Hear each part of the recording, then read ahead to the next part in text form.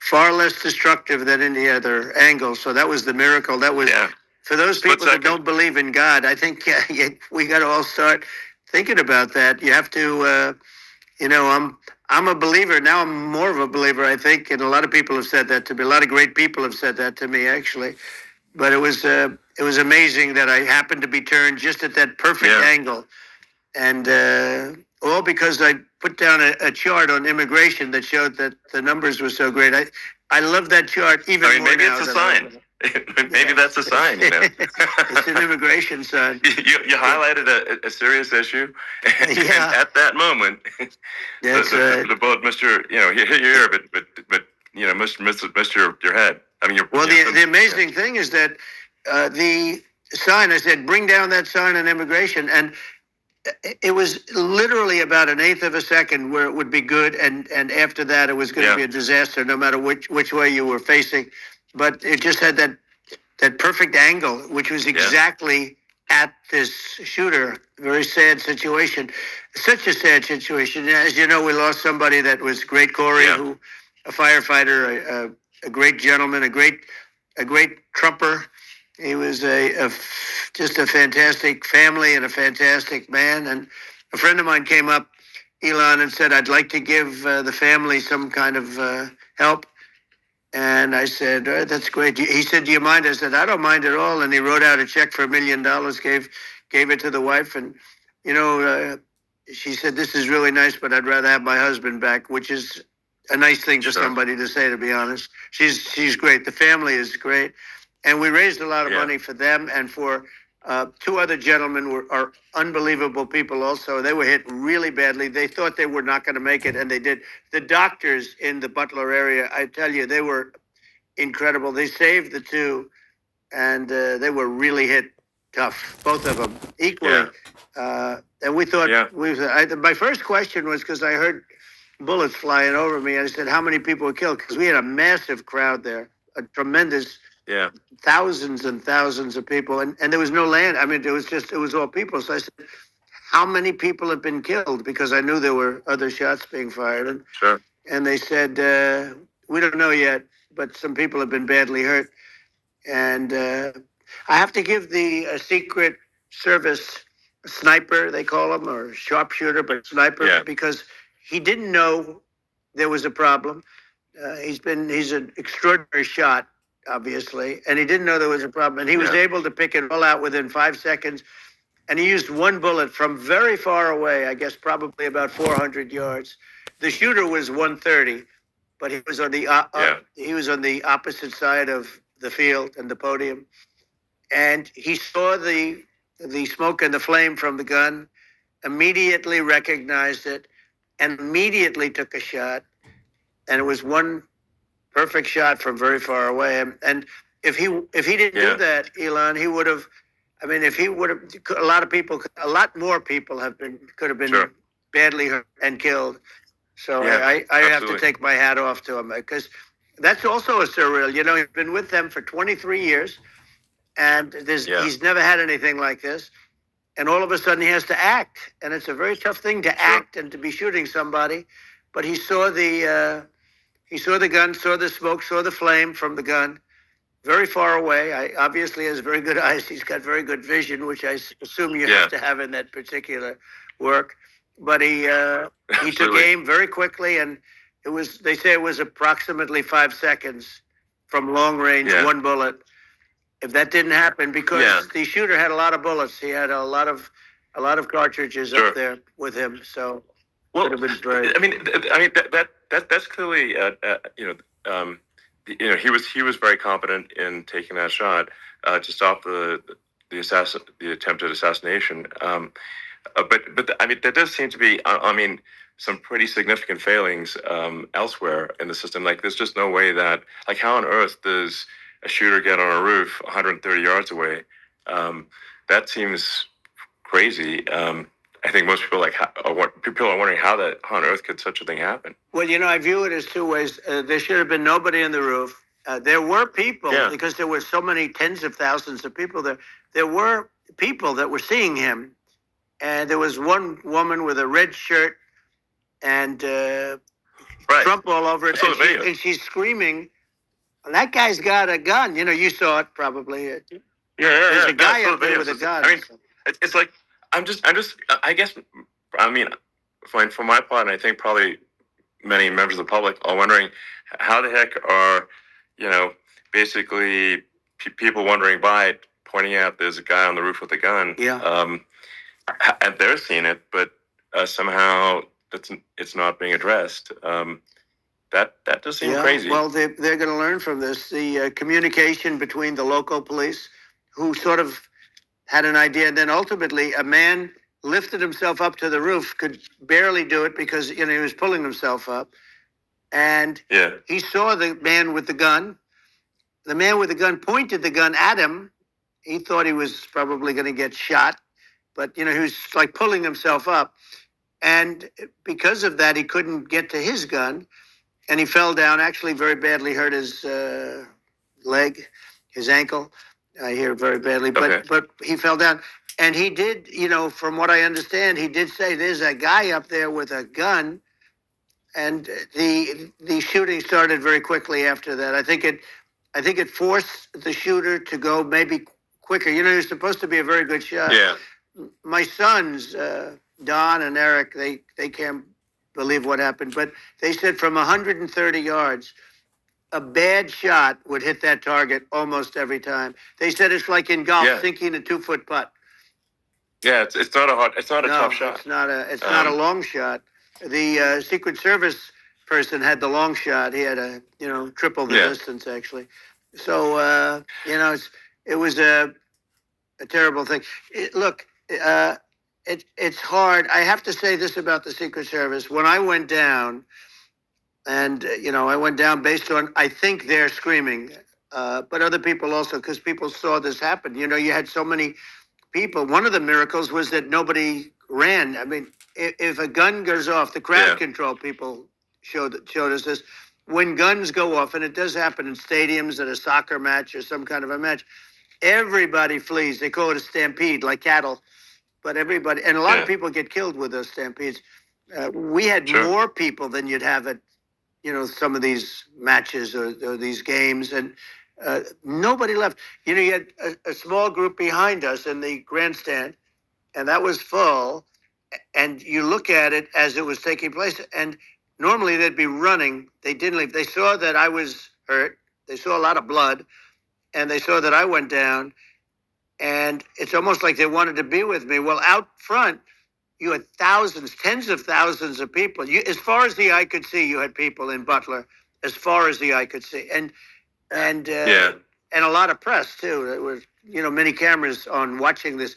It's what makes it so different, because normally things happen that aren't good, but you never have a picture of it. Here we have all these cameras shooting it. So, sort of amazing. But one of the interesting things was that you didn't have anybody flee. You didn't have anybody stampede. Sure. Nobody. And there were some people behind me. They stood up and they're looking like, I'll tell you, you want to have them in a foxhole with you. I want to meet some of those people because it's so different from what you heard. But so I was down. But the Secret Service guys, there were bullets flying right over my head. You could hear them go whizzing, and these guys came jumping on top of me, and a young lady, Kate. Would jump. They moved so fast, and let me tell you, that took tremendous courage. Now there was a lack of coordination. There was, obviously everybody understands that somebody that building should have been covered.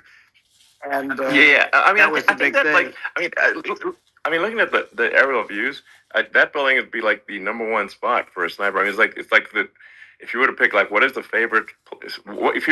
So if the goal is to assassinate, what's your favorite spot? That building. You're right. That building would be number one. That would have been the spot. It's like you can ask for a better location. It's like number one. That would have been the spot.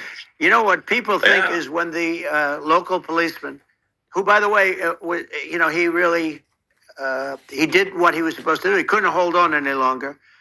And then when he got his head just peeking above, this guy standing there with a gun at his head, and when he fell down, again, hurt his ankle very badly, but he was making the calls.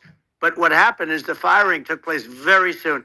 So what they think is that this guy ran to his site, which he had all planned out with the gun, he ran to the site and he started shooting fast, and maybe that's why he sort of missed. I mean, he Yeah, but he as you got said, me, you, but you it would have could have hit. been I mean, could have been a much bigger problem. But he totally would have hit if you hadn't turned your head. So, like, there was it was a very near thing. It was a miracle. If I hadn't turned my head, yeah, I would not be talking to you right now. As much as I like you, exactly. I would not. Yeah, I would not be talking. You'd be talking to me from another realm, perhaps. Yeah, that's right. We'd be talking from a different place. But it was a very terrible experience. The Butler Hospital, they did such a great job. The doctors were so good. Everybody was so good. There was a mistake. If somebody knew, because people were hearing that, there was just a bad feeling that somebody was around. You know that story now. It's been Yeah. And if somebody could have said, because they've oftentimes said, like there'd be a lightning storm or something, because I've done, I think, over 300. I think I did a lot more than that, but we did a lot. And oftentimes they'll say, sir, could you wait 10 minutes, please? Sir, could you wait 20 minutes? There's a storm overhead or lightning or something, right? And that happens often. Yeah. And this would have been a perfect time for that to have happened, but it didn't get coordinated. That was the problem. Well, it was your I think your actions in the heat of fire, and like what I find admirable there was that you can't fake bravery under such circumstances. The courage is instinctual or it is not. It's not a rehearsed action. And so I just want to say that I think a lot of people admire your courage under fire there. And so thank you very much. I appreciate it. I didn't think of it. I just wanted to get up. And I wanted to stand up. I wanted to let people know, I felt I was good when they were on top of me, covering me, actually, very much covering me and very bravely. But I wanted to get up. I said, I want to get up.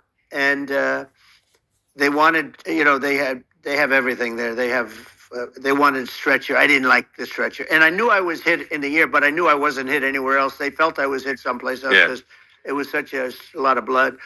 And they were sure that I was hit someplace else. And they were saying, sir, you were hit more than the ear. I said, nope, I was hit in the ear. I want to get up. Let me get up. And so I got up, and the crowd didn't know what to think. I mean, this was so many people, and you could see they were confused. They didn't know what to think. And I wanted to let them know I was okay. It was very important for me to let them know that. And they went wild. You've seen the after. They didn't go wild when I got up because they didn't know, was I alive? You really couldn't tell. When I stood up before the the fist in the air, they didn't know if I was alive. Nobody did.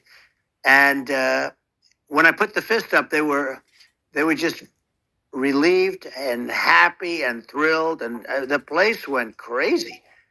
It was pretty amazing. Yeah. It was a terrible thing, but it was incredibly moving. Yeah. Well, and I mean, speaking of the sort of slide that got you to turn that saved your life, really, was the illegal immigration slide. Maybe this maybe this is worth talking about that. It was that slide saved your life. No, the illegal immigration saved my life. You're right, but it had to be at that exact angle. I mean, that's a great one. saved by illegal immigration. The incredible thing, though, when you talk about the odds, you had to be exactly at that angle. But the incredible thing is that the chart, I used it less than 20% of the time. It was just a moment. Yeah. It's always on my left, never my right. And it's always at the end of the speech. So here we have it. It's on the right, not the left. It's at the beginning, not the end. And even the people that put it up, they were unprepared. And they did a great job. They got it up immediately, fortunately. But I looked to the right, and the bullet came whizzing by, hitting my ear. So it was amazing. But when you think of the odds of that, and that normally you wouldn't use it. Normally I wouldn't have the thing, and then it would have been a very different story. It's very much, I say, an act of God. It's a miracle that it happened, and I'm honored by it. I'm honored by it. Well, Well, what were you about to say about illegal immigration before you were rudely interrupted? Well, I was going to say how good the numbers were. By the way, we're going back to Butler, and we're going to go back in October. We're all set up, and the people are fantastic in Butler. It's a great area. Great, these are incredible people. Like the three that, in the case of Corey killed, and the other two, the families are. I got to know them a little bit, and the families are great. But we're going back to Butler, and I think I'll probably start by saying, as I was saying, prior to being so horribly interrupted. Yeah. But so rudely interrupted by an assassination attempt. But no, but the chart. Some people have no manners. Elon, the chart was just a chart that, in my last week, we had the best illegal immigration numbers, meaning stopping. It was at the lowest. You've seen the chart. It's become quite a famous chart. But that was the lowest point ever recorded. It was a really, I mean, I was very proud of those numbers. And then you see what happened with these people, Kamala and Joe. You see what happened. They just let it go. I had remain in Mexico policies. I had all these different policies that was so good. Guys like Tom Holman and Brandon Judd from Border Patrol. These are all people that they've been on television. They said it's the best numbers we've ever had. We had so many different checks, catch and release in Mexico, not the United. We had catch and release in the United States. We had it in Mexico. We had so many things. We had things where many people come in there, they have contagious diseases. We had everything passed. If you have a contagious disease, I'm sorry, but we cannot allow you into the country. So we were setting literally records, and all I was doing is showing that, and I use it sometimes, and in this case, I'm glad I used it. I can tell you that, but they were fantastic numbers. But I'm going to sleep with that chart always. I'll be sleeping with that chart. That chart was very important for a lot of reasons. Well, I mean, would it be accurate to say that you're supportive of legal immigration, but we also need to shut down illegal immigration, and especially unvetted illegal immigration, because and that's not the same as saying that everyone who's an illegal immigrant is bad. In fact, I think most people who are illegal immigrants are actually good, but you can't tell the difference unless there's a solid vetting of who comes across the border. Does that accurately represent your position? I say it very simply. They have to come in legally. They have to be checked. Yeah. Because look, Kamala was the border czar. Now she's denying it. Everything that I do, she's saying she was strong on the border. We're going to be strong. Well, she doesn't have to say it. She could close it up right now. They could do things right now. It's horrible. No tax on tips, and all of a sudden she's making a speech and there will be no tax on tips. I said that months ago. And by the way, they had just the opposite. They had not only tax on tips, but they hired 88,000 IRS agents, and many of them were assigned to go get waitresses and caddies and all of this on tips. They have a policy. They had a policy that they were really going to go after you, and were really harassing people horribly. And then all of a sudden, for politics, she says, she comes out with what I said, which I think is terrible. And I think it's also hitting them very hard. These people are fake. Now they're also saying they did a good job in the border. We had the worst numbers in the history of the world, not of our country. There's never been a country in history that has had a catastrophe like this. We've had, I believe, and I think you believe this too, you hear 12 million, 13.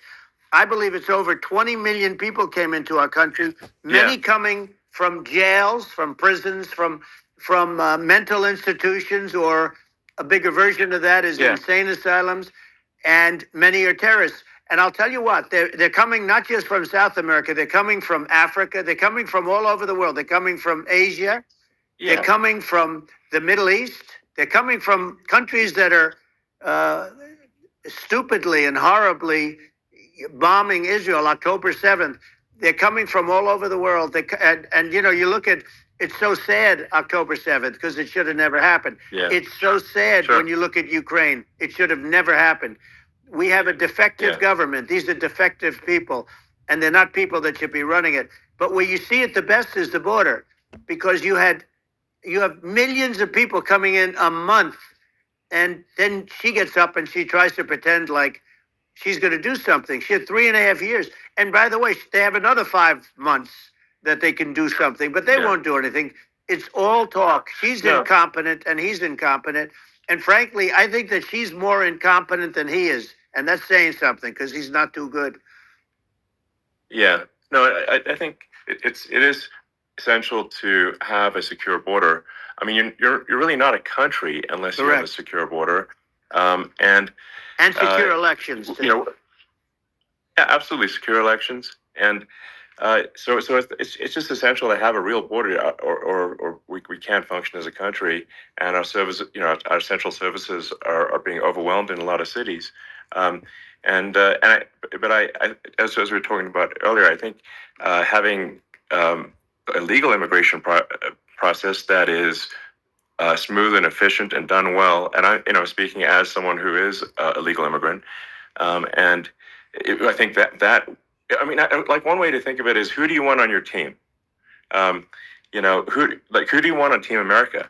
And I think we want to just say, okay, we want to let in people who are going to, be great contributors to our society and to our economy, and and who do you want on the team? And it's not to say that, like in my opinion, actually, I'd say like probably most of the illegal immigrants actually are actually good, hardworking people. That's my opinion.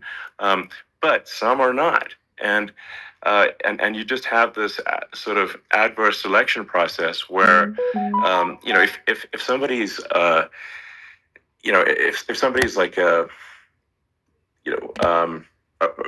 has a career in theft or robbery, I don't understand what's taken them so long to get here. Because we're such a target-rich environment. I mean, why aren't more people who have a career in, bad things coming here sooner? Because it's a piece of cake to go rob, houses in LA or New York, compared to other parts of the world, and in a lot of places in America, if you try to stop the person who's robbing you, you'll be arrested. Yeah.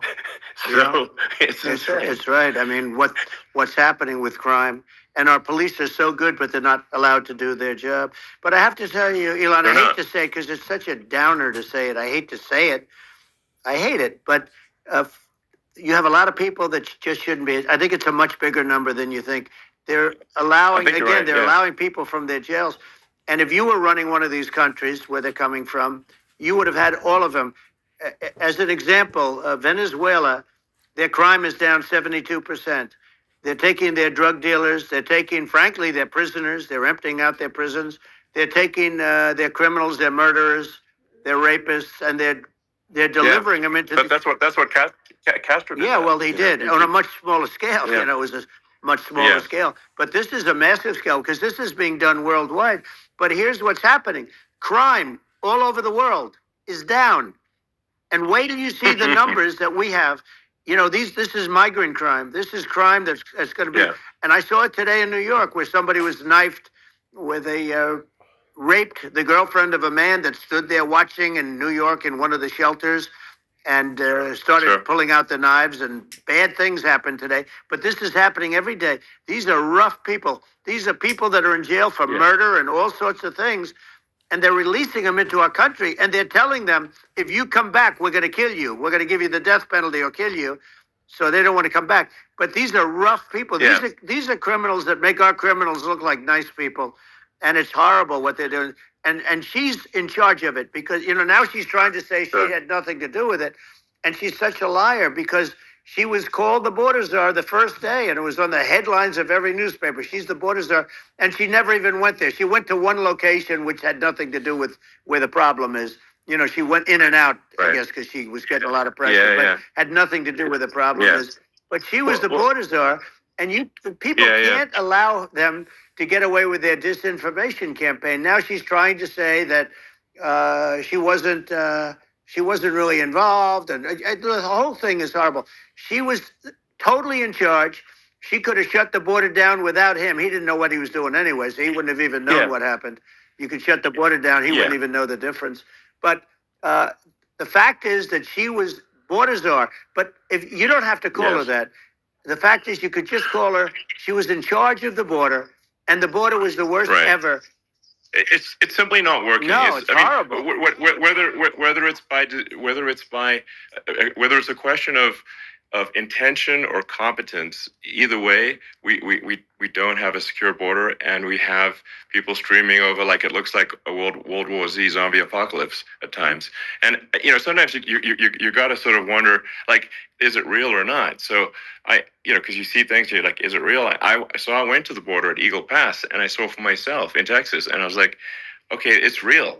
I'm like seeing this in real time. I actually posted the video like just live. I just flew there one day and just to see, hey, is this made up or real? And I'm just seeing people stream across the border, and I have to say, at least the people that I saw did not look friendly.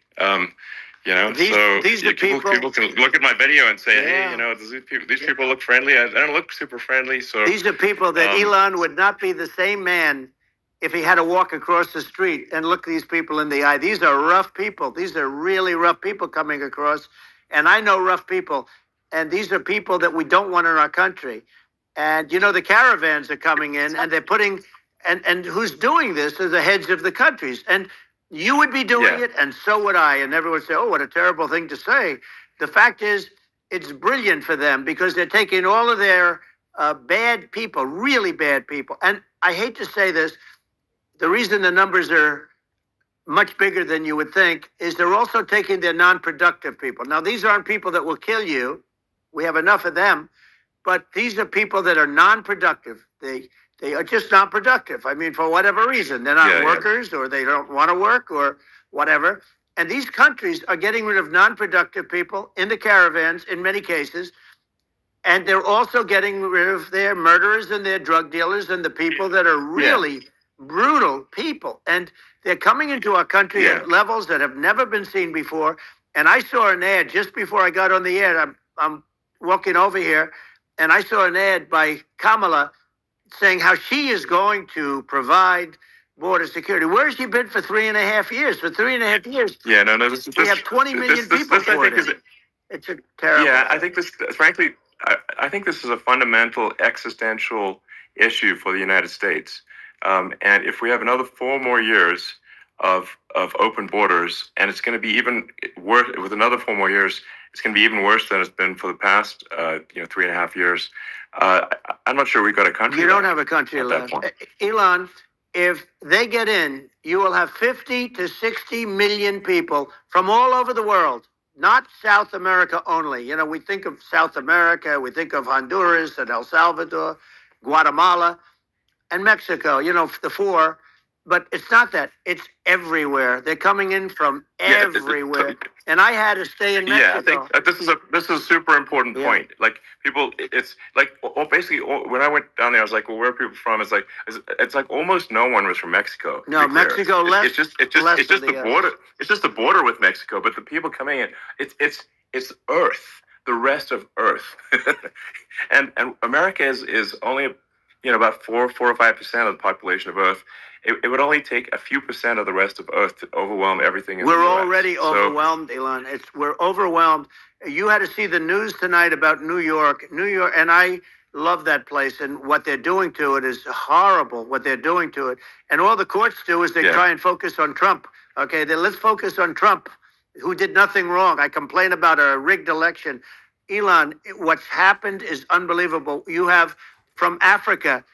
From the Congo, they're coming from the Congo, and 22 people came in from the Congo recently, and they're murderers, and they drop them. They drop them. They take them out of jails, which is very expensive, to maintain the jails. Although they don't do too much maintaining, I can tell you. But they take them out of jails, prisons. They take them out, and they bring them to the United States. They deposit them in the United States and say, "Don't ever come back, or you're going to be executed." And they don't want to come back. But they won't come back. Sure. But they're coming from Africa. They're coming from Asia.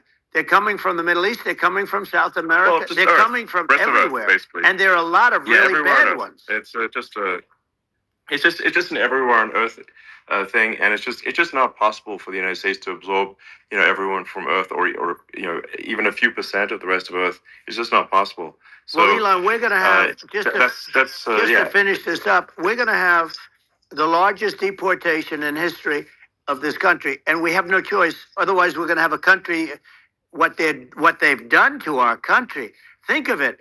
With in Venezuela and in some of these other countries, crime is down 50, 60, 70, 80%. And you would be the same. You would have. Yeah. I'll tell you what, Venezuela has not gotten rid of all of them. They've gotten rid of about 70% of their really bad people. Their jails are about 50% put into the United States. The same with other countries. Sure. Some are at 30%, some are at 50%. They're all different. But the bottom line is they're all going to be at 100%. Why wouldn't you put 100% of it? Yeah. And they're doing it right now while this third-rate phony candidate. Don't forget, I beat Biden. He failed in the debate miserably. And, some people said, oh, gee, it's too bad. It's too bad he did so badly, or I did well in the debate. The first night they said, wow, one of the people at CNN said that was the greatest debate performance I've ever witnessed. And then 2 days later, they didn't talk about that. They just said he was bad. But that's okay. That's the way I get treated, and I don't mind that at all. What I can tell you is this. We cannot have a Democrat. We cannot have her. She's incompetent. She's as bad as Biden in a different...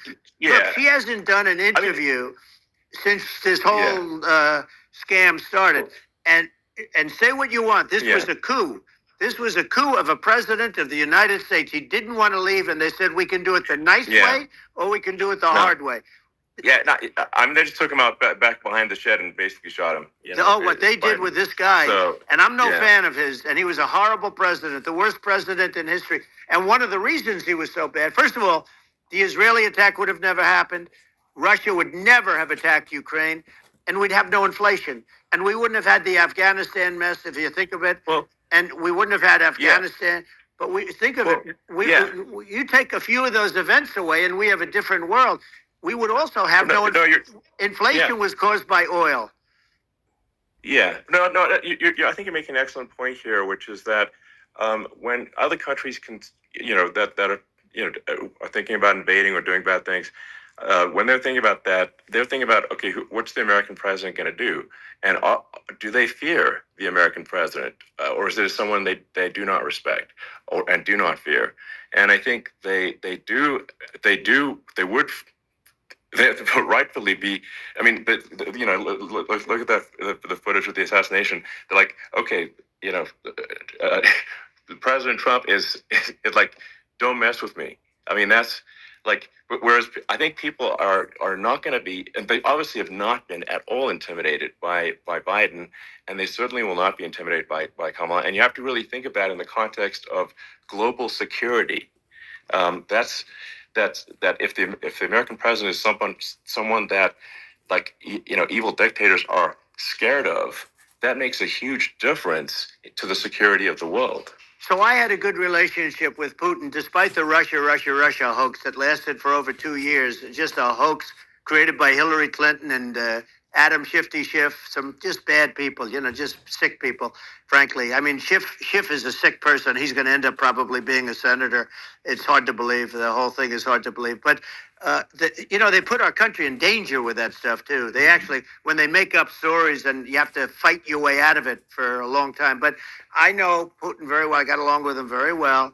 He respected me, and it's just one of those things. And we would talk a lot about Ukraine. It was the apple of his eye. But I said, don't ever do it. Don't ever do it. I shut down Nord Stream 2. That was the big oil pipeline, the biggest pipeline in the world going all over Europe. I shut it down. Biden came, and then they say, I loved Russia. I was a friend of Putin, and I loved Russia. No, he actually said to me one time, he said, if you're my friend, I'd hate to see you as an enemy. I shut down his pipeline, the biggest pipeline. They were looking at that to fund, and this pathetic president gets in there, and the first thing he did, one of the early things he did, is he shut down Keystone XL pipeline, which is our pipeline that would have employed 48,000 people, pipeline workers, shuts it down. That was, a massive job that Obama refused to allow. I allowed it in my first week because it was jobs and it moved oil. And by the way, in a much more environmentally friendly way. It's underground. It's not a truck that catches on fire or a train that catches on fire. But think of it. He shut down the XL pipeline, the Keystone XL pipeline. Yeah. He shuts that down, and he approves the Russian pipeline. Yeah, it doesn't make any Right? sense. It's inconsistent. Certainly but I mean, I think it's just worth emphasizing, to listeners the immense importance of whether the United States president is intimidating or not intimidating, and how much that matters to global security, because there's some real tough characters out there, and if they don't think the American president is tough, they will do what they want to do. I know every one of and them. that puts it puts the whole world in danger. Elon, I know every one It's of a them, big and I deal. know them well. I know Putin, I know President Xi, I know Kim Jong-un of North Korea. I know every one of them. And let me tell you, people will say, oh, this is terrible. He said, I'm not saying anything good or bad. They're at the top of their game. They're tough, they're smart, they're vicious, and they're going to protect their country, whether they love their country. They probably do. It's just a different form of love, but they're going to protect their country. But these are tough people at the top of their game. And when they see a Kamala or when they see Biden, Sleepy Joe, they can't even believe it. They can't believe this happened. All the stuff that you're seeing now, all the horror that you look at Israel, they're all waiting for an attack from Iran. Iran would not be attacking, believe me. When I was there, and I say it with respect, because I think we would have been good with Iran. I don't want to do anything bad to Iran, but they knew not to mess around. Iran was broke because I told China, if you buy from Iran oil, it's all about the oil. That's where the money is. But if you buy oil from Iran, you're not going to do any business with the United States. And I meant it. And they said, we'll pass. They didn't buy oil. Other countries, likewise. Sure. You want to buy, you're not doing business with the United States.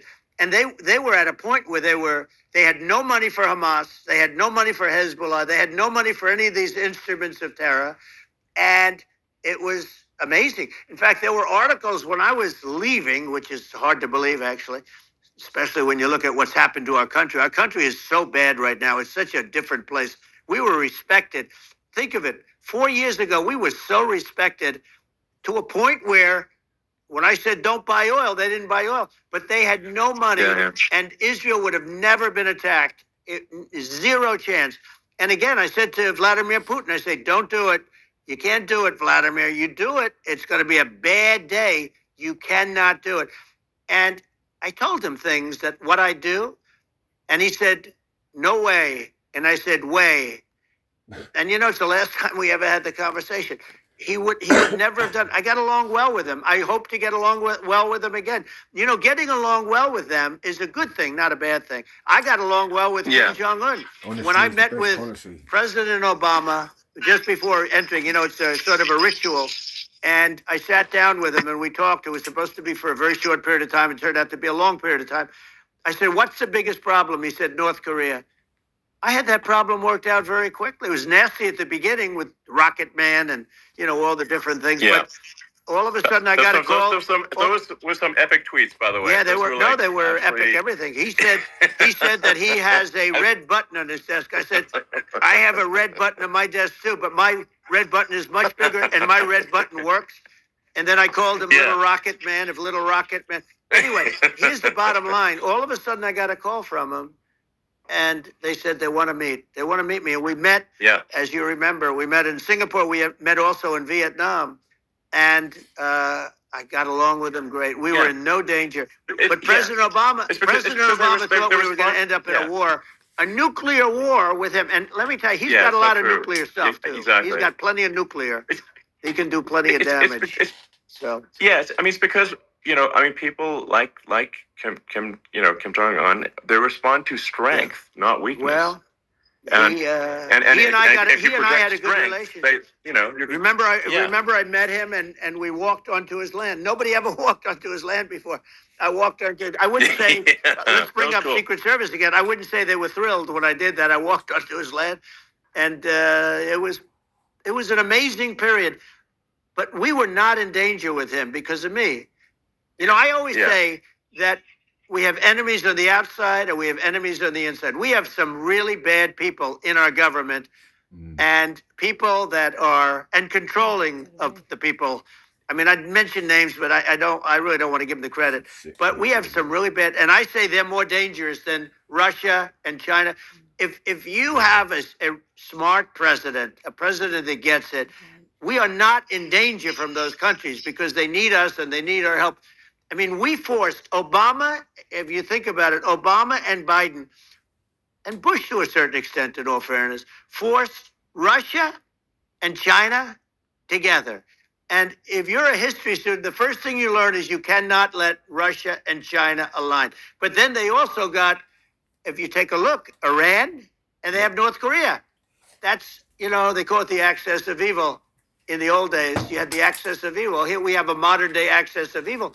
These are powerful countries, very heavy nuclear, which is the biggest threat. Yeah. The biggest threat is not global warming, where the ocean's going to rise one-eighth of an inch over the next 400 years. And you'll have more oceanfront property, right?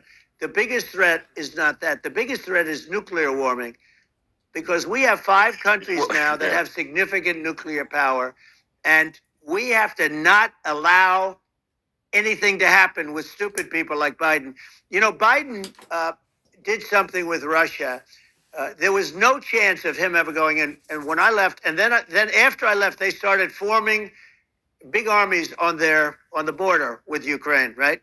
And I looked at that, and I thought he was doing that because Putin's a good negotiator. I thought he was doing that to negotiate. But then Biden started saying such stupid things. For instance, he said that it can be a NATO country. Now, Russia, for as long as there's been NATO, has said we're never going to agree to that.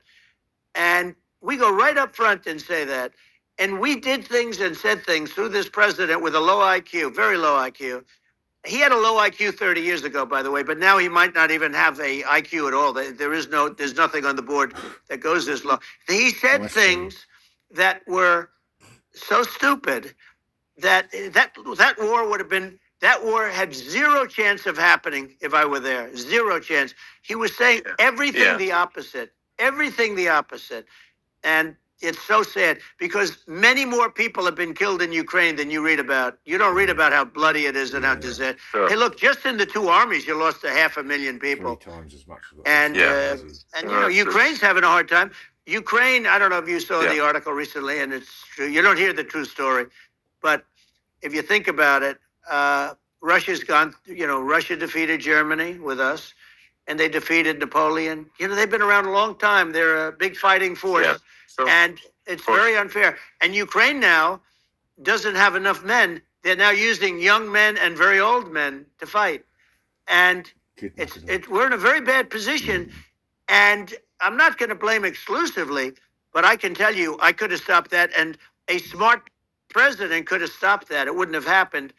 But we had a man that actually made it more prevalent. It was so bad. The words that he was using, the stupid threats coming from a stupid face that he was using. I said, this guy's going to cause us a war. He's going to cause us. And let me tell you, it can lead to World War III. That can lead to World War III. The Middle East can lead to. We have numerous places that could end up in a World War III right now for no reason whatsoever. No, I think you're right.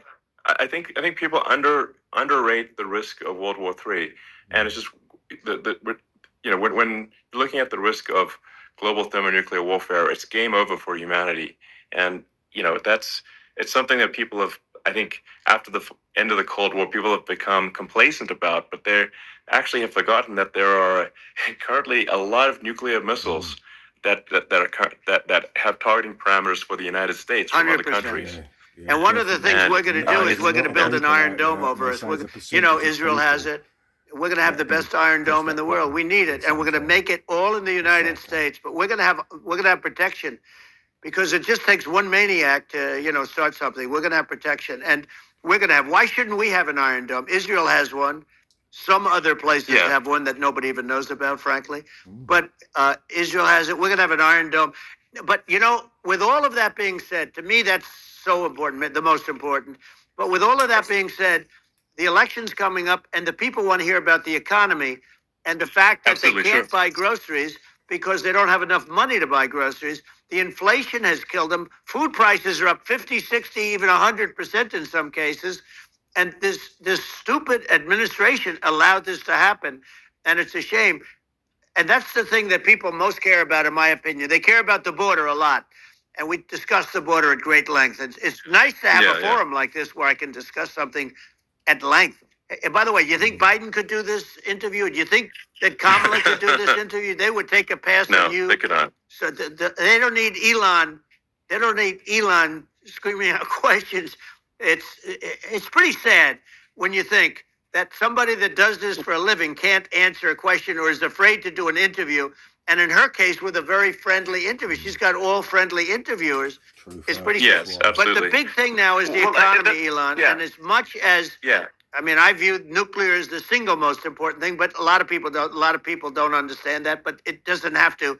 If I understand it, that's all you need. Because if I was president, you're not going to have that kind of a problem. But the thing that they really is making them angry is what Kamala and Biden have allowed to happen to the economy. It's a disaster with inflation. The inflation, it doesn't matter what you make. The inflation is eating you alive. If you're a worker or if you're just a middle income person, you can't afford. 4 years ago, 5 years ago, people were saving a lot of money. Today, they're using all their money and borrowing money just to live. It's a horrible thing that's happening. And we'll end that quickly. Well, I think a lot of a lot of people just don't understand where inflation comes from. Inflation comes from government overspending because the checks never bounce when it's written by the government. So if the government spends far more than it brings in, that increases the money supply. And if the money supply increases faster than the rate of goods and services, that's inflation. So really, we need to have we need to reduce our government spending. And we need to re-examine. I think we need like a government efficiency commission to say like, hey, where are we spending money that's sensible? Where is it not sensible? Right. And we need to live within our means. We're currently adding, I think, $1 trillion to the deficit roughly every 100 days. That's right. And the interest payments on the national debt have now exceeded the defense budget.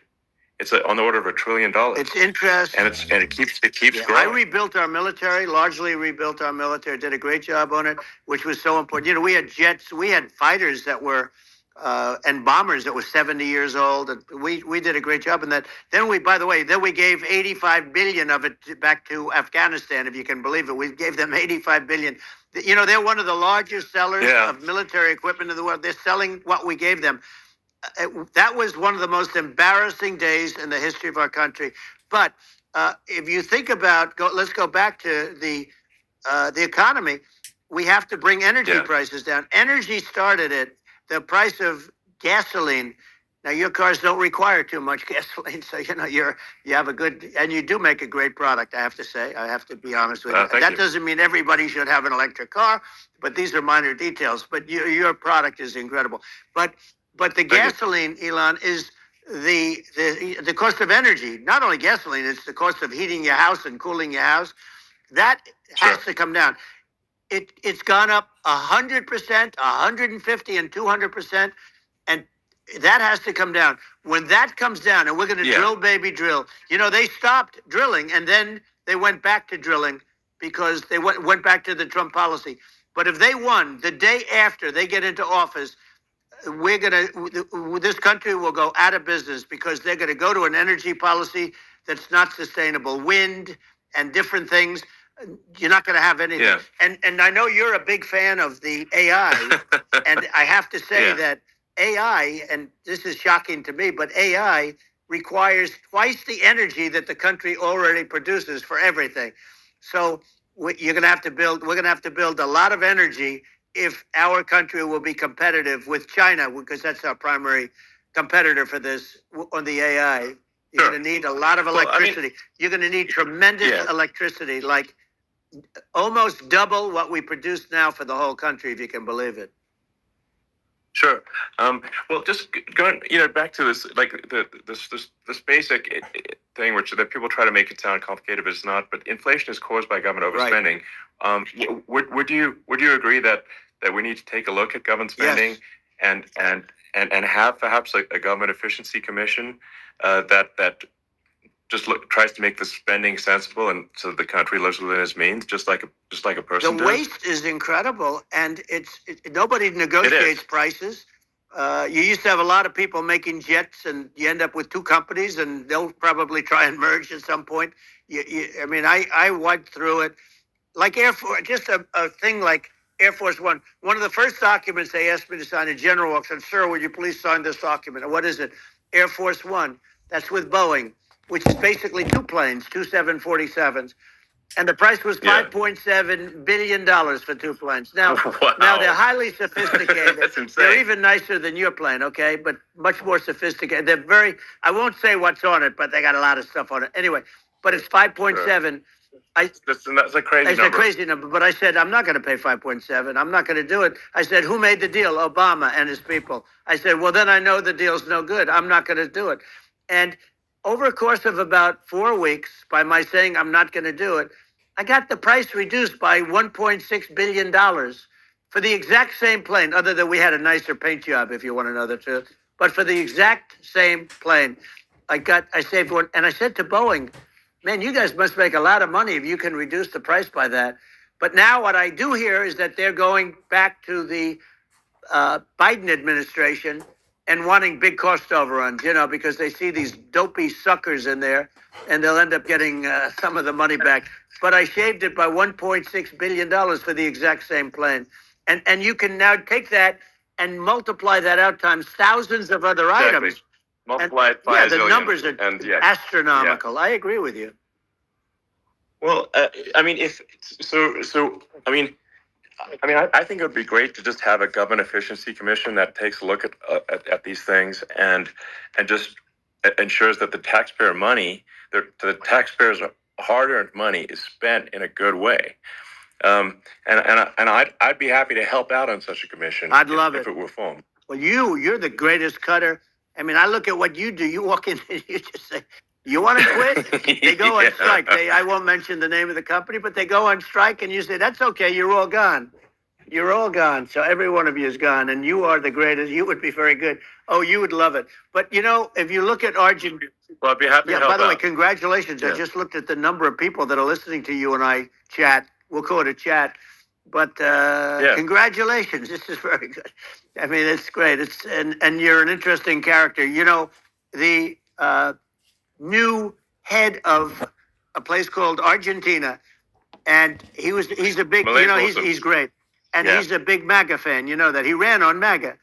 And he took it to an extreme too. He ran on MAGA, and I hear he's doing really a terrific job. It's called Make Argentina Great Again. It worked out perfectly. He came in, he bought a lot of hats, he brought everything, but he's doing a big job. He really cut. And I'm hearing they're starting to do pretty well. Inflation's getting down. They had like 2,000%. Exactly. They had inflation like not normal inflation. They had the real deal.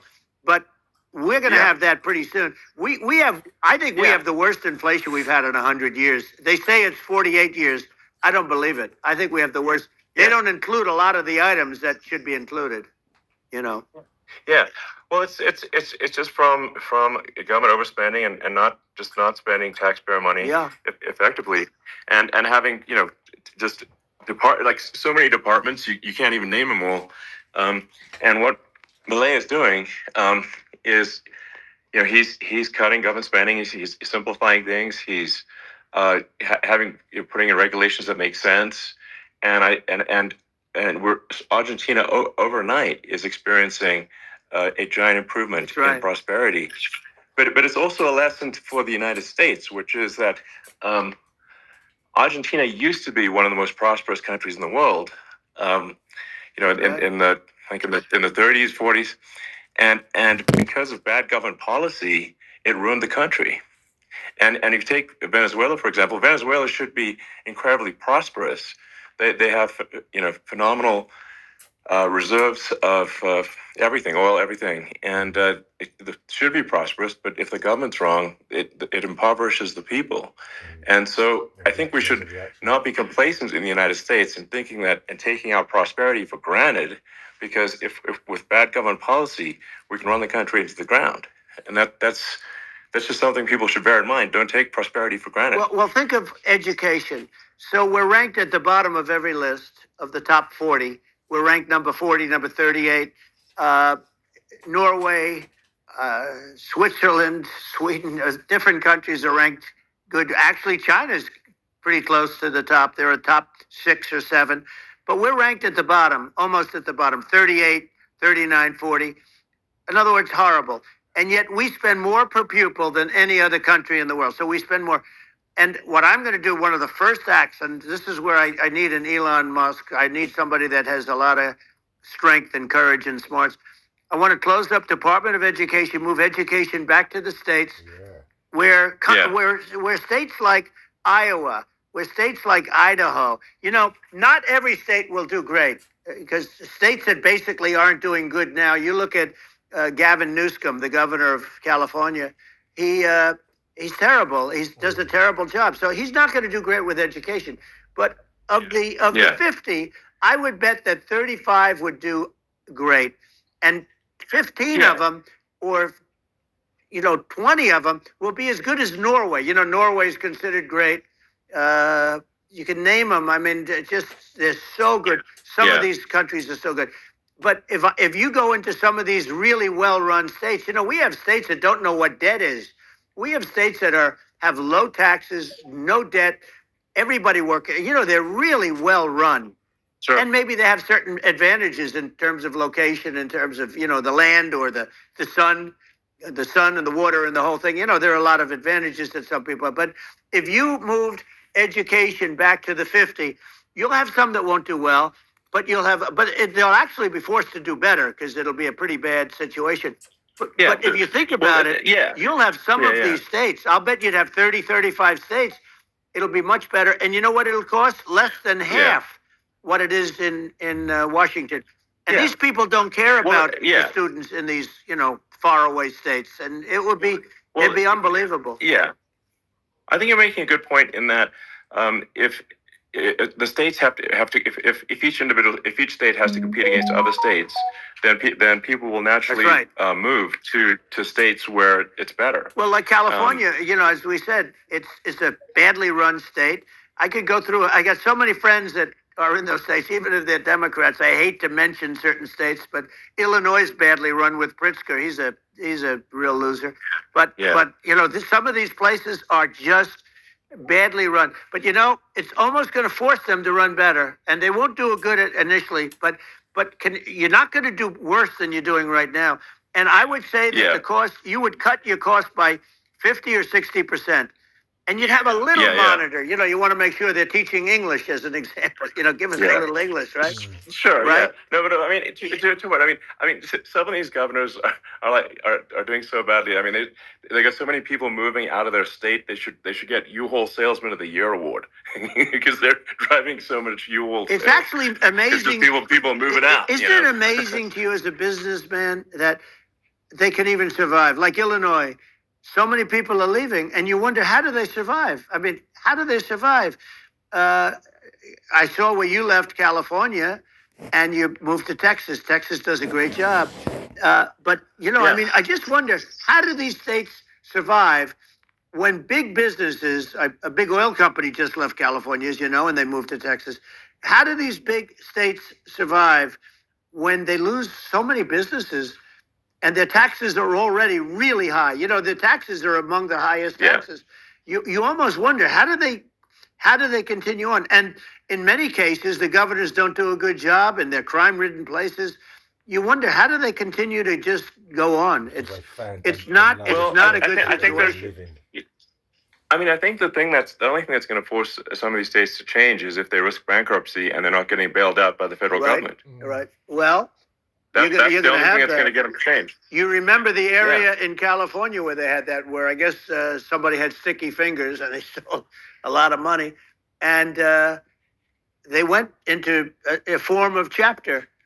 And it was very nasty for a period of time. But now it's probably the most popular place in all of California. So at some point, something like that may have to happen.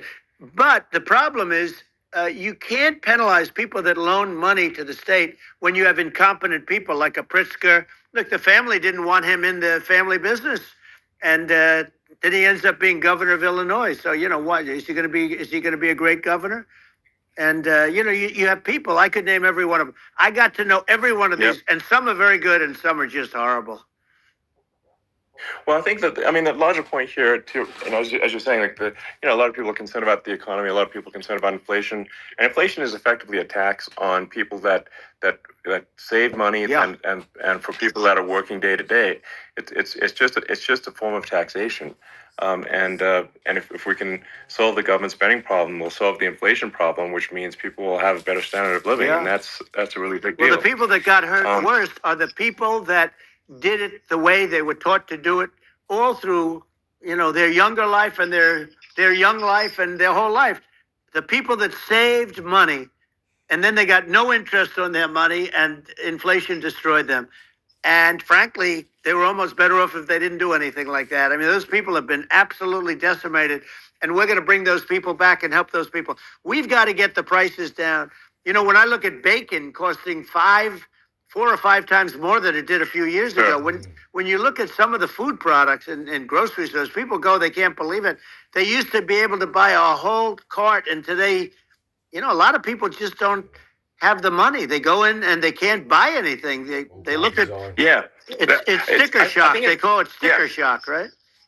I think it really just comes, like I said, I think it just comes down to really, I guess, two things, which is that if you solve government overspending, you solve inflation, which improves living standards of the average person, and then if you deregulate, like have sensible regulations, so because a lot of the regulations are nonsensical and cause the cost to be extreme for no reason, but unless you've got effective deregulation, like Reagan did a great job on deregulation in the 80s, but it's been 40 years since we had anyone really. During your administration, we made some progress, but I think there's an opportunity to make, I think, radical progress with sensible regulation. If Elon, those two things, those are the big deals. We set a record.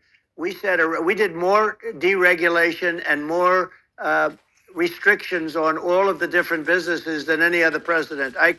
Remember, I had the rule for everyone we put in, you have to get rid of 10 or 12. And we did radical cuts on all of that. And a lot of that's being put back by this administration. And we did radical cuts on things that weren't necessary. But we were all set. We had the best economy ever maybe in the world. And then what happened is COVID came in, and we had to focus on that, and nobody knew what it was. And I always say I got good marks on economy, good marks on military. We knocked out ISIS. We did so many different things. We rebuilt. But, I never got the credit that we really deserved on what we did with COVID. We never got the credit. But had that not happened, a gift from China, from Wuhan, came in from Wuhan, the Wuhan labs, and I always said it, and it turned out to be right. But had that not happened, we were set to start reducing debt. We were going to reduce taxes further. I gave the largest tax cuts, and we were going to reduce taxes still further for middle-income people, not only businesses. But we did it for businesses because they're the ones that's why we had the great job numbers. But we were set to really start reducing debt. And, we're sitting on the biggest pile of liquid gold anywhere in the world, bigger than Saudi Arabia, bigger than Russia. And we were going to drill, and we were going to make so much money. We were going to supply Europe with oil. I had stopped the Russian pipeline, and we were going to supply them with oil and gas. We were going to make a fortune. And then the COVID came in, and we really had to divert. Then what happened is when they came in, we kept a lot of businesses alive. If I didn't do what we did, we would have had a 1929 type depression. But the problem is when Biden came in, he got trillions of dollars and just started spending it stupidly. You didn't need it anymore. We got over that bad period where everybody was dying and feeling, it was just not a good period. Interestingly, during his administration, many more people died during his administration of COVID than during my administration, and we really got the brunt of it. But people don't realize more people died during his administration than ours. But it diverted us from doing what I wanted to do. But we had the greatest for almost 3 years.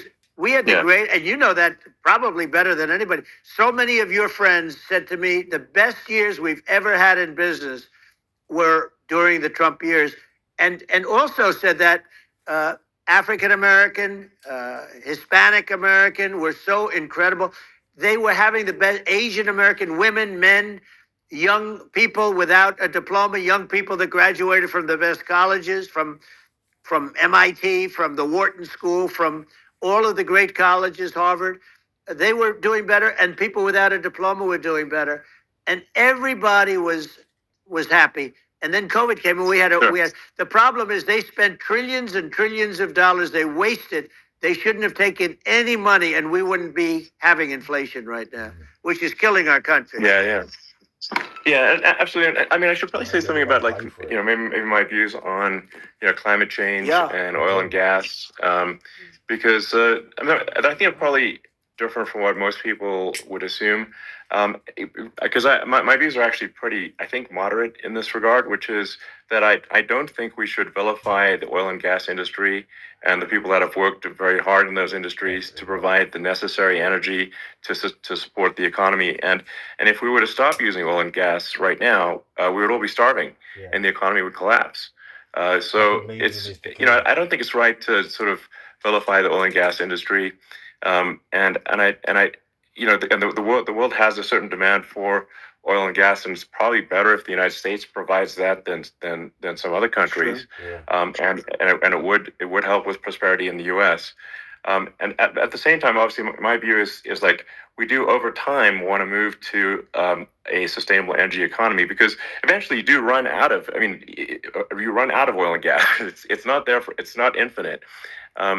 And there is some risk. I think the risk is not as high as a lot of people say it is with respect to global warming. But I think if you just keep increasing the parts per million in the atmosphere long enough, eventually it actually simply gets uncomfortable to breathe. People don't realize this. If you go past 1,000 parts per million of CO2, you start getting headaches and nausea. And so we're now in the sort of 400 range. We're adding, I think, about roughly 2 parts per million per year. So I mean, it still gives us. So what it means is like we still have quite a bit of time, but so there's not like we don't need to rush, and we don't need to stop farmers from farming, or prevent people from having steaks or basic stuff like that. Like you can leave the farmers alone. I agree. How crazy is that? Where I mean, you have farmers that are not allowed to farm anymore and have to get rid of their cattle, and the whole world is a little crazy. But it's largely taken its lead from us. I do say though, I've heard in terms of the fossil fuel, because even to create your electric car and create the electricity needed for the electric car, fossil fuel is what really creates that at the generating plants. Yeah. And, so you sort of can't get away from it at this moment. I mean, someday you might be able to, but I do hear we have anywhere from 100 to 500 years left. Much of it hasn't even been found yet. Yeah. But there are tremendous, like Anwar. I got Anwar in Alaska approved. Ronald Reagan couldn't do it. Nobody could do it. Everybody tried. Nobody could do it. I got it approved. The first thing that Biden did was unimprove it, to get rid of it. He ended it. His secretary went in and she ended it. And what a disgrace. That's Anwar. That's bigger, or they think it could be bigger than Saudi Arabia in Alaska. Could be bigger than Saudi Arabia. But they went in and they terminated it. And I'll get it going very quickly, because not only is it big for Alaska, I mean, you talk about economic development, that for the United States, I mean, that is, they say bigger than Saudi Arabia or the same size, and pure, really good stuff. And, they end it. So I think we have, perhaps hundreds of years left. Nobody really knows. But during that time, something will come around that will be very good. Yeah. Well, I mean, my estimate would be, a little more aggressive than that. But it's not the sort of like we're all going to die in 5 years stuff. That's obviously BS. But I mean, my view is like if you just look at sort of the parts per million that increments every year, you get sort of 2 or 3 parts per million every year of CO2. I mean, I think some of that it's problematic if it accelerates, if you start going from 2 or 3 Right. to say 5, and then there may be some situations where you get just a step change increase in the CO2. And I think we don't want to get too close to 1,000 ppm, because like that's actually makes it uncomfortable to breathe. Like just existing in 1,000 ppm CO2 is uncomfortable. That's like that's considered like an industrial hazard, Right. Just so it's that's actually, you start getting headaches and stuff. So it's even without global warming, it's not comfortable to live. So you don't want to get too close to that. But I mean, I think we've got. I think we want to just move over, and like, and if I don't know, 50 to 100 years from now, we're I don't know, mostly sustainable. I think that'll probably be okay. So it's not like the house is on fire immediately, but I think it is something we need to move towards. And on balance, it's probably better to move there faster than slower. But like I said, without vilifying the oil and gas industry, and without causing hardship in the short term, I think this can be done. Without people can still have a stake, and they can still drive gasoline cars, and it's okay. It's like, it's not. I don't think we should vilify people for it, but I think we should just generally lean in the direction of sustainability. And I actually think solar is going to be a majority of Earth's energy generation in the future, and it's certainly trending that way. And so you get the solar power, combine that with batteries, so because obviously the sun doesn't shine at night, and then you use that to charge the electric cars, and you have a long-term sustainable solution. And that's what Tesla is trying to move things towards, and I think we've made a lot of progress in that regard. But when you look at our cars, we don't believe that environmentalism, that caring about the environment should mean that you have to suffer. So we make sure that our cars are beautiful, that they drive well, that they're fast, they're sexy. I mean, they're cool. In fact, literally, I mean, this sexy joke, Model S, Model 3, Model X, and Y spells out sexy. It's probably the most expensive joke out there.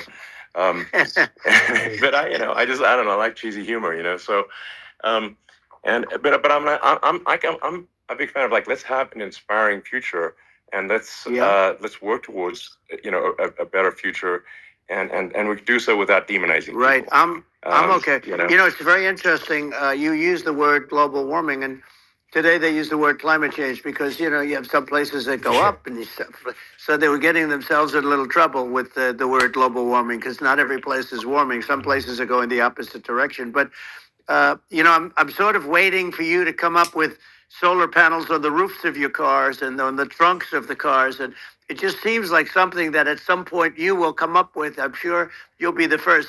But it would seem that a solar panel on the roofs, on flat surfaces, on certain surfaces might be good. Yeah. At least in certain areas of the country where you have the world, Sure, where you have the sun. But I would think, and I have no idea because that's not my world, but I would think that this would be something that would be interesting. But the one thing that I don't understand is that people talk about global warming or they talk about climate change, but they never talk about nuclear warming. Yeah. And to me, Sure. that's an immediate problem because you have, as I said, 5 countries where you have major nuclear, and probably some others are getting there, and that's very dangerous. That's where you need a strong American president, because you don't want to have this proliferation. But you have 5 countries and getting more. China is much less than us right now, but they're going to catch us sooner than people think. They're way lower. Russia and us are number 1, and we're sort of tied. And China is far behind, but they're developing at a level that you're not surprised to hear, very fast. They'll end up catching up, maybe even surpassing. But to me, the biggest problem is not climate change. It's not, and everything's a problem, but it's degrees. To me, the big problem is the nuclear power. The power of nuclear is so great. And when I talk about I'll prevent World War III, I will. But the truth is that you have to, because this is no longer army tanks going back and forth and shooting at each other. This is a level of destruction and power that nobody's ever seen before. Yeah, and actually, there's the bad side of nuclear, which is a nuclear war, very bad side. But there's also, I think, nuclear electricity generation is Absolutely. underrated. You're right. And it's actually, people have this fear of nuclear electricity generation, but it's actually one of the safest forms of electricity generation. It's just a huge misunderstanding. And if you look at the injuries and deaths, caused by, say, I mean, I'm not going to try to pick on coal mining, but just any kind of mining operation. And there's a certain number of injuries and deaths per year. And you compare that to nuclear. Nuclear is actually way better. So it's underrated as an electricity source, and I think it's something that's worth reconsidering. But there's so much regulation that people can't get it done. So that, maybe they'll have to change the name. The name is it's a rough name. There are some areas it's rough name. When you see what happened in good bad branding. Right, the we'll have to branding's rebrand it. We'll have to give it a good name. We'll name it after you or something. No, it has a branding problem. When you see what happened, it does have a branding problem. When you see what happened in Japan, where they say you won't be able to go on the land for about 3,000 years. Did you ever see that? And in Russia, where they had the problem, where they there's a lot of bad things happened, and they have a problem. And they say that in 2,000 years, people will start to occupy the land again. You realize it's pretty bad. No, that's not true. But you're right about it. It's amazing. It's actually not that bad. So like after Fukushima happened in Japan, like people were asking me in California, are we worried about like a nuclear cloud coming from Japan? I'm like, no, that's crazy. It's not even dangerous in Fukushima. I actually flew there and ate locally grown vegetables on TV to prove it. And I donated a solar water treatment, a solar powered system for a water treatment plant. And but you haven't been feeling so well lately, and I'm worried about it. No, but I mean, I'm only kidding. It's fine, It's like Hiroshima and Nagasaki were bombed, but now they're like full cities again. So right. it's really not something that That's right. So it's not as scary as people think, basically. But let's see. I mean, are there some other topics we should touch on? Like lawfare. I think we need to be concerned about what they've done to this country. Obviously. Yeah. Yeah. Well, we just won the big case in Florida. This was a Biden administration did something that's never been done in this country, and that's go after their political opponent, me, with this nonsense and just nonsense. And the big case in Florida we won, but they always pick a judge and a jury, and they use the local DAs, they use the local attorney generals, like Fani, Fani, spelled Fani, Fani, and it's all a big hoax, and it's all run from there. Like in Manhattan, one of the top people from the Justice Department went in, ran Manhattan, ran the state. The Letitia James deal was run by a person from the Department of Justice, Biden. They've never done this before, and they set up a very bad precedent. It's called lawfare, warfare. It's a terrible thing, and never happened in our country. It does happen in banana republics and third world countries, but it's never happened. And the incredible thing is it actually drove my numbers up because people see, fortunately I have a platform like you, or, in all fairness, like a conversation like this where I can talk about it and people understand. I mean, you fight for election integrity and you end up getting indicted because you're fighting for election integrity. And when the day comes that you can't fight for election integrity, you don't have a country anymore. So what happens is they went after their political opponent, me. Now Biden's, close to vegetable stage, in my opinion. Okay, I looked at him today on the beach, and I said, "Why would anybody allow him? The guy could barely walk. Why would anybody allow him? Does he have a political advisor that thinks this looks good? He thinks this looks good because it looks so bad." And it's ridiculous. I mean, and he's been doing that for a long time. He can't lift the chair. The chair weighs about 3 ounces. It's meant for children and old people to lift, and he can't lift it. The whole thing is crazy. Well, he's clearly not, he's clearly like, we just don't have a president right now. You don't have a president, and she's going to be worse than him because she is a San Francisco liberal who destroyed San Francisco, and then as Attorney General, she destroyed California. You talk about location, and we're talking about the sun and the water and all. There's nothing better than California. She has destroyed that. She was the original DA. She was the original in San Francisco. She was the original Attorney General in California. What she has done to California is, well, you know better than I do. You just left California for a lot of those reasons. And what she's done with crime, with cashless bail, where you kill somebody. I mean, we have states there you kill somebody and they let you out right away. I mean, you don't have to even put up, and then they never find the people unless they kill again, and then they let them out again. Our country is becoming a very dangerous place, and she is a radical left San Francisco liberal, and now she's trying to protect. Now she's looking like she wants to be more Trump than Trump, if that's possible. I don't think it's possible, but she wants to be more Trump than Trump. Yeah. I want a wall. I think that's, she wants to release all the prisoners that are in detention, and some of these guys are really bad. Right. That just came out today. She doesn't want to build the wall, even though the walls work. Walls and wheels. In your business, everything you do is obsolete. Almost, well, not the tunnels, but everything is obsolete. Even your rocket ships, they're like a month later, they're obsolete. You find a better way to.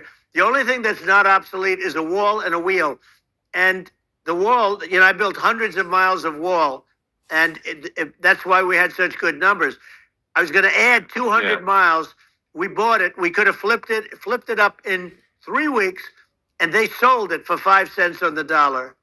That meant, I said, wow, that means that they actually do want to have open borders. She wants to have open borders, and now she's going like she's tough on the border. It's such a lie. Yeah, this is simply not true. This is simply not true. No, and everybody knows it's not true. It's a disgrace that she can say it. No, I mean, obviously, what's happening sort of overnight is they're rewriting history and making Kamala sound like a moderate when in fact she is far left, like far left. Worse than Bernie Sanders. She is considered more liberal by far than Bernie Sanders. She's a radical left lunatic, and if she's going to be our president, very quickly, you're not going to have a country anymore. And she'll go back to all of the things that she believes in. She believes in defunding the police. She believes in no fracking, zero. Now all of a sudden she's saying, no, I really want to see fracking. If they got in, the day she got in, she'll end fracking.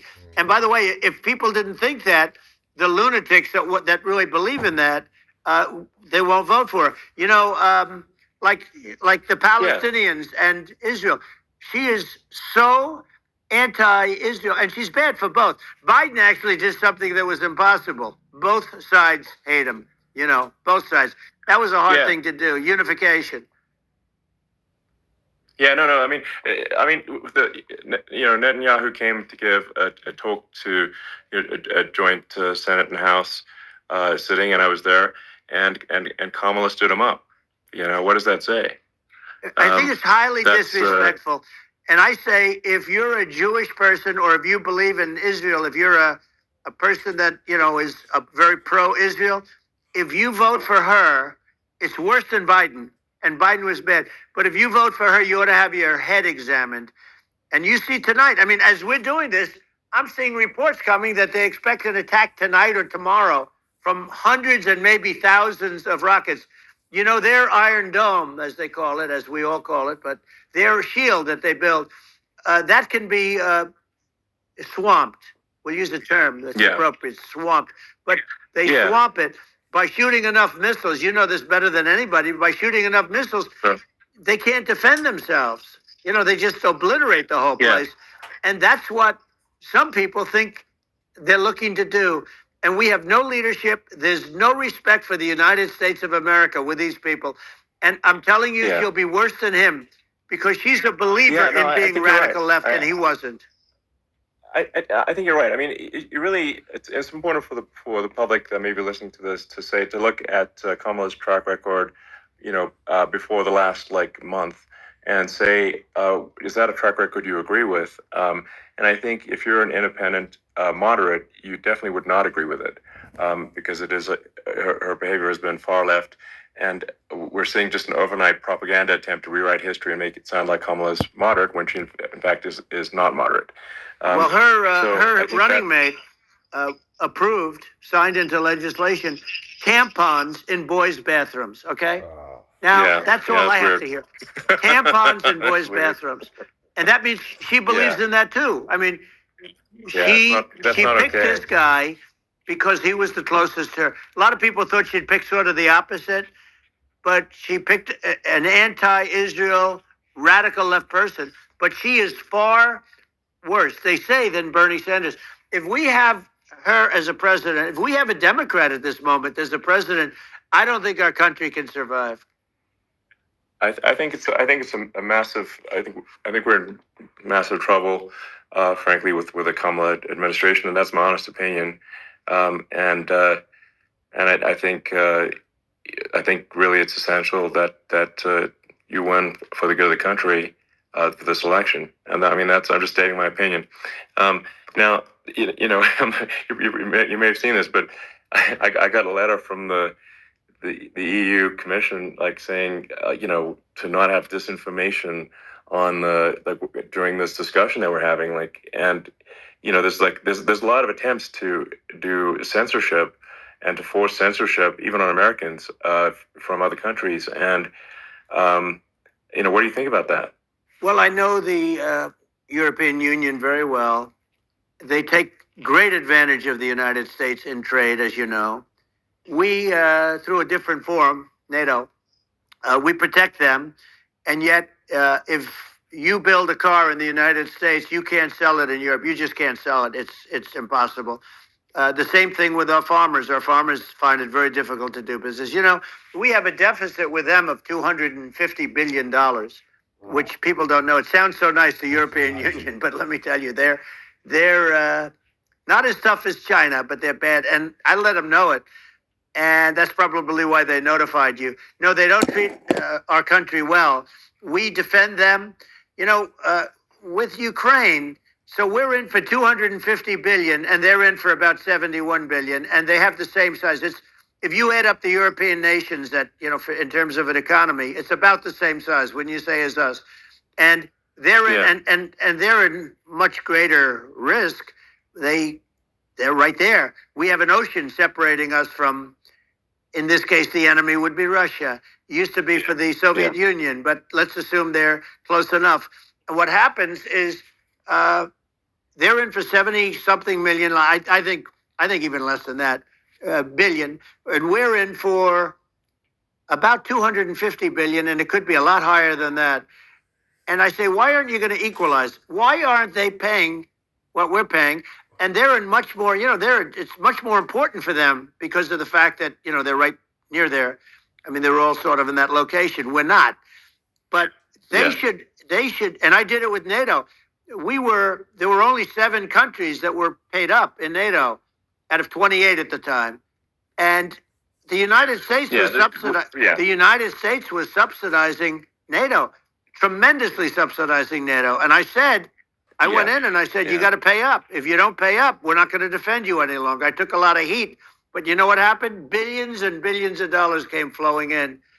And I think a lot of the public isn't aware of the fact that the United States pays a disproportionate share of the NATO expenses. And then we get taken advantage of on trade. So think about it. Yeah, well, I mean, the point of NATO is defending Europe, and it's it's like, then okay, well, why is the United States paying disproportionately more to defend Europe than Europe? That doesn't make sense. That's unfair, and that is an appropriate thing to address. Well, when you talk about cost cutting and savings and everything else, I mean, honestly, look, there's nobody that feels worse about the Ukraine situation than I do, because I know it would have never happened. I know Zelensky. He was very honorable to me, because when they went with the Russia hoax and they said I had a phone call with him, he said it was a perfect phone call. It was a great phone call. He could have grandstanded and, said, he was very threatening. He said, no, it was a very nice phone call. I called him up to congratulate him on his win, and you end up getting impeached because these people are lunatics. I was talking about the difference from the people within and the enemies on the outside. In many cases, the people from within are more dangerous for our country than the Russians and the Chinas. If you have a smart president, you're not going to have a problem with them. You're going to do things. Yeah. Now, they've taken advantage of absolutely. us incredibly, but you're going to do things with the right person. Yeah, well, I think it's obvious that you're a believer and an advocate of free speech, because during your first term as president, you were attacked relentlessly every day, often very unfairly with with false attacks, and you didn't try to shut down the media. You didn't try to uh, inhibit their freedom of speech, and I think that says a lot. Well, the good thing is that you and I have, and some people, very few, we can get the word out. Although sometimes it's hard because they don't want to print it. Like we're having a great conversation right now. Kamala wouldn't have this conversation. She can't because she's not No. smart. She's not a smart person, by the way. She can't have this conversation. And Biden, we don't even have to talk about it. I mean, he couldn't have this conversation. He would have given up on the first half of a question. He would have walked out. He would have said, "Where am I? Where am I going?" So anyway, but Yeah. no, he wouldn't have this. That's true. Not a lot of people would have this conversation, but we cover a lot of territory. But the beauty is that we can have a conversation, and Yes, I'm you actually able have to a get it out without because I get treated unfairly. This is a really big point. You can actually have a conversation with you. Yeah, it's nice, isn't it? And you can't have a conversation with Biden or Kamala. It's like it's not possible. That's true. So it's like talking to an NPC. No. So it's just impossible. Well, but think of it. We need a man or person who's unbelievably sharp in order to stop all the nuclear danger and all the dangers that I'm talking about. And I got along with all these. I got along with Kim Jong-un. We had dinner. We had everything. And he really liked me, and I got along with him really well. By the way, he's the absolute boss over there. A lot of people said, "Oh, do you think he really?" That's for Let sure. me tell you, I saw things that you don't want to know about. He is the boss. But we had a good relationship, and he doesn't like Biden. He considers him a stupid man. He said he's a stupid man. Well, at least he speaks his mind. But in this country, you're not sort of allowed to say it. But I guess you are. You should be allowed to say it if it's true. But we need smart people, and we need people that have an ability to lead. And she doesn't have that ability. Can you imagine? Now, Chairman Xi very well. Can you imagine her and him negotiating or even standing together? It is, the whole concept is ridiculous. She is terrible. She's terrible. But she's getting a free ride. I saw a picture of her on Time Magazine today. She looks like the most beautiful actress ever to live. It was a drawing. And actually, she looked very much like a great first lady, Melania. She didn't look like Camilla. That's right. But of course, she's a beautiful woman. So we'll leave it at that, right? Yeah. Well, maybe it's like, I think part of what people in America want to feel excited and inspired about the future. They want to feel like the future is going to be better than the past, and that America is going to do things that are greater than we've done in the past, reach new heights that make you proud to be an American, and excited about the future. They want the American dream back. They want the American dream back. More important than anything else. It's like you don't have that today because the people, they've been just sucked. They see incompetent people running our.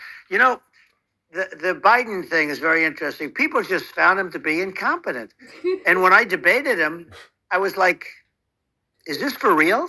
It was. Yeah, it was just absurd. But I think there are like some grand projects that we could do. I mean, I think like we could build a base on the moon. We could send American astronauts to Mars. We could build high speed connections that are more advanced than anything else in the world between our cities, so people have fast transport. It's possible to solve traffic with tunnels. We've already made great progress in Vegas doing that, and and just do things that are exciting and inspiring and make the future feel like it's better than the past. Well, I saw what you did in Vegas, and I'll tell you, it was amazing. I got to see. I took a big glimpse at it, and it's incredible. It's incredible, and you could do that all over. It's deep. Yeah, you don't even need much structure. Assuming you're in the right area. No, it's straightforward. It's amazing.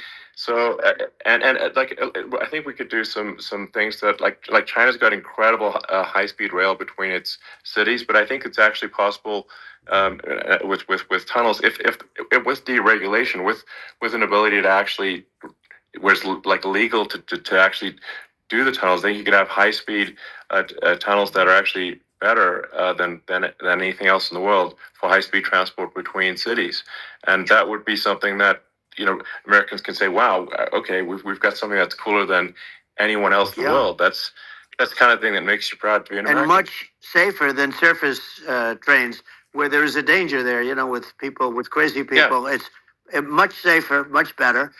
And it's sad because I've seen some of the greatest trains. I find it fascinating, and I've seen the systems and how they work, and the bullet trains they call them, I guess. Yeah. And they go unbelievably fast, unbelievably comfortable, with no problems. And we don't have anything like that in this country, not even close. And it doesn't make sense that we don't.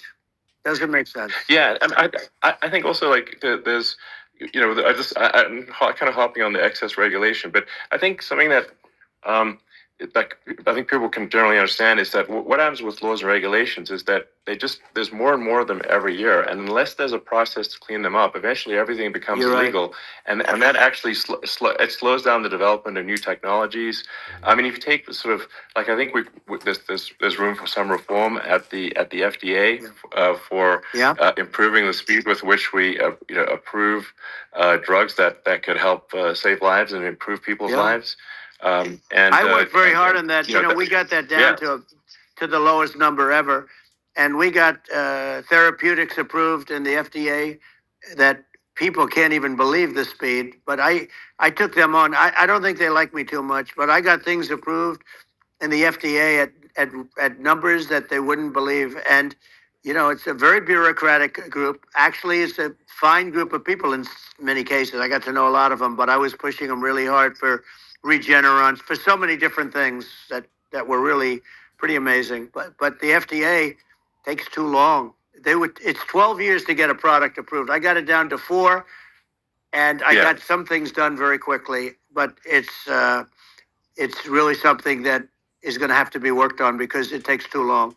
Just takes too long. Yeah, it just takes too long, and it's you end up in the same with the approval, but it just it takes years instead of something that I think could potentially take months, and that improves people's lives. I think I just wanted to sort of hop on this point that like there has to be an active process for reducing rules and regulations, because otherwise they just keep building up every year, and you get like hardening of the arteries, and eventually everything's illegal or takes forever, and then we just ossify as a society. We can't make any progress, and it's a really big deal. Well, Elon, just getting back to the FDA for 1 second, I got something done called Right to Try. This is where you can go in, and if you're terminally ill, you can use a space-age, medicine or whatever it may be. We have the best doctors, the best labs in the world. We really do. But people would go to other countries because you couldn't use the product, even if they thought it worked, because it's going through the FDA. I got it approved where you can, you basically, look, nobody wanted, the doctors didn't want it because of the liability. The country didn't want it, our country, because they didn't want to get sued. These are people terminally ill. The insurance companies didn't want it, and the pharmaceutical companies, nobody wanted it. I got everybody into a room, and we came up with an agreement that you won't get sued. And also, they didn't want it on their record. If somebody's terminally ill and they die after taking a drug, they didn't want that on their record. So we set a separate list if somebody was, so it wouldn't count as a negative. Okay. And as you know, we got it done. We have saved Right to Try. They've been trying to get this done for 58 years, and it sounds simple, but it wasn't, because the insurance companies, nobody wanted it, but we got it done. Sure. Somebody you signed a document that you're not going to sue the insurance companies, the country, you're not going to sue anybody. And we got it done, and we're saving tens of thousands of lives. Right to Try. Hopefully you never need it, but if you do, you don't have to travel to Asia. People, if they had money, they go to Asia, they go to Europe. If they don't have money, they go home and die. That's what happened. They'd go home and die. Yeah. Well, I mean, and actually, to give Europe some props here, it's like if a drug is approved in Europe, which has a crazy amount of regulations, it should obviously be approved in the U.S. Yeah. I mean, they get more regulations than we do. So why would a drug be approved in Europe and not in the U.S.? That's crazy. Well, we did it. We did something that really, they've been trying to do it for 50 years, and they just couldn't get it done, and I got it done. and it's really something. But you're right. Some people go to Europe because a drug isn't approved here, but it's approved in Europe, and it's a drug that, generally speaking, would work. It's pretty crazy. Absolutely. You're right. And I think so, as long as people are properly informed of the pros and cons, and like these are the risks, this is the risk, and like you make your own decision. Yeah. That makes sense. Well, I think just, in sort of closing up, and by the way, I'm looking at the numbers. You got a lot of people listening. I hope you don't get nervous, because you got a lot of people listening to you right now, like 60 million or something. Nice. What is that number? It's crazy. It's amazing how you can see that right away. How many? What is the number? Wow. What is it? Well, wow. I think in terms of people, that's bigger than you said. You said 25, and you're much more than double that number, 25 million. I think you're going to be 60 or 70, and I guess over a period of time. Hey, I congratulate you. Do I get paid for this or not? Well, I think actually in terms of the number of people that will hear this conversation over the next few days to weeks, it's going to be hundreds. That's what they say. Yeah, that's good. Well, look, it's an honor. I just asked this: are you better off now, or were you better off when I was president? Nobody's better off now. People, we put out polls on that, and nobody's better off now. Inflation has killed it. And, they also feel very unsafe. You look at what's going on with a lot of different things. You look at the riots we had at the colleges it's ridiculous, but all of the riots, they just feel unsafe. And now they really feel unsafe because you have a new form of crime. It's called migrant crime. I call it Biden migrant crime. Maybe I'll call it Kamala migrant crime. But with all these things, I always try to get to the ground truth by just asking people. And my mom lives in New York, and I was like, Mom, have any of your friends, been attacked or assaulted? And she said, yeah, 3 of her friends in 3 separate incidents were assaulted just in recent months, just walking around the streets of New York. And I said, well, what happened to the people that assaulted them? Oh, nothing. They got away. They just know they always get away. Nothing's going to, and they don't even bother reporting it because they know that they're not going to, people are not going to get prosecuted. They just let, violent criminals out in New York. The only one that gets prosecuted is Donald Trump. They prosecute Trump. Yeah, it's just obviously messed up. Oh, it's terrible. If violent criminals are getting off scot-free, and meanwhile the New York spending massive resources prosecuting you, and it's like, what's this? And I think the sort of sensible public looks at this and says, what the heck's going on here? This is obviously abuse of the legal system. The legal system is supposed to be protecting the public from violent criminals, and it should be obviously allowing the public to make their own decision about who should be president, as opposed to some legal case. Once they start this precedent, because this can go on with the next one. This is a very bad precedent what they're doing in terms of going after their political opponent, and that's all it is. It's going after their political opponent, and then you get a judge who's a strong Democrat, and I'm being nice when I say that. In many cases, crooked as hell. But you get a judge, and you go into an area where a Republican gets 3 or 4% of the vote, and you'll have a jury pool with people that hate Republicans or hate. It could also be the other way, though, because it could start the other way in areas where they hate Democrats, and you get into a Pandora's box. It's a very dangerous thing for this country, and a very dangerous thing even for the state. New York City is losing. New York City and state lose a lot of business over what they did to me, because these people say, we don't want that to happen to us. That's no justice system. You have an unfair system of justice, and it's costing New York State a tremendous amount of money. People are leaving and companies are leaving, and they won't come back. So, all of that stuff is important. But the economy now is the big thing, and we can turn that economy up so fast, and people are going to be back again. We're going to get rid of inflation. I think there's a lot of opportunity. Right, absolutely. So, and I just want to congratulate you. You've done an amazing job. You have definitely got a fertile mind. We can talk. You and I can talk about rockets. It's kind of you to say thank you. Tunnels. We can talk about tunnels and rockets and electric cars. So many things. and now you're into the AI, and that's going to be another beauty, I'll say. So it's an amazing thing you've done, Elon. It's an amazing thing, and I congratulate you. I mean, thank you. And well, I mean, I just to say here, here's to an exciting, inspiring future that people can look forward to and be optimistic and excited about what happens next. And that's the kind of future that I think you will bring as president, and that's why I endorse you. Well, I appreciate that. That endorsement meant a lot to me. Not all endorsements mean that much, to be honest. Your endorsement meant a lot. And, we have a phrase, make America great again. It's pretty simple, but it really says that we want to make America great again. And we can do it. We can do it now. But if we were going to suffer another 4 years like we've suffered for the last 4 years, I'm not sure the country can ever come back. That's how bad it is. It's so bad. We have to do a lot of things. I think that's a very real risk. Yeah, it's a big risk. It's a very real risk. Yep. And it's, I'd just like to note to people listening, like I've not been very political before, and if you look at my record, I've actually been, I'm not like, sometimes they try to paint me as like a far right guy, which is absurd because I'm like making electric vehicles and solar and batteries, helping with the environment, and I actually I supported Obama. I stood in line for 6 hours to shake Obama's hand when he was running for president, and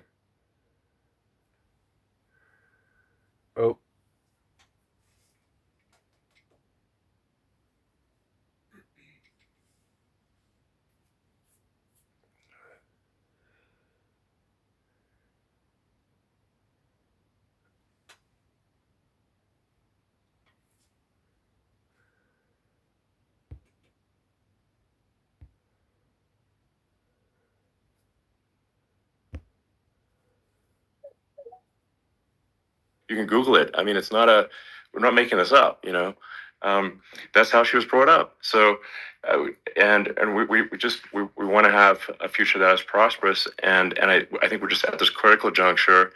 And I think this is a case of the America is kind of at a fork in the road, and true. And I think it will take the path, like you are the path to prosperity, and I think Kamala is the opposite.